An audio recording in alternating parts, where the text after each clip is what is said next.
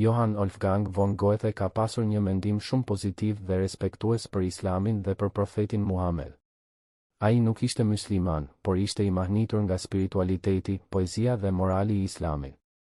Ja disa nga gjërat më të rëndësishme që Goethe ka thënë ose shkruar për Islamin. 1. Respekt i madh për profetin Muhammed.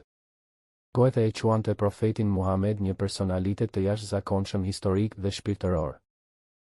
Në veprën e tij Eststlicher Divan, divani perëndimor lindor, ai shkruan: Nëse ky është Islami, a nuk jemi të gjithë musliman? 2. Admirim për Kuranin.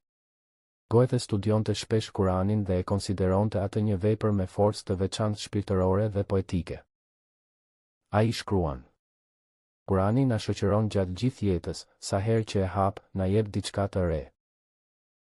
3. Ai e shihte Islamin si një fe të arsyes. Goethe vlerësonte thjeshtësinë, monoteizmin e pastër dhe logjikën e Islamit. Ai tha: Islami është fe e arsyes. 5. Mendime personale. Ka studiues që mendojnë se Goethe ishte shumë afër bindjeve islame, por nuk ka dëshmi që ai të ketë pranuar Islamin.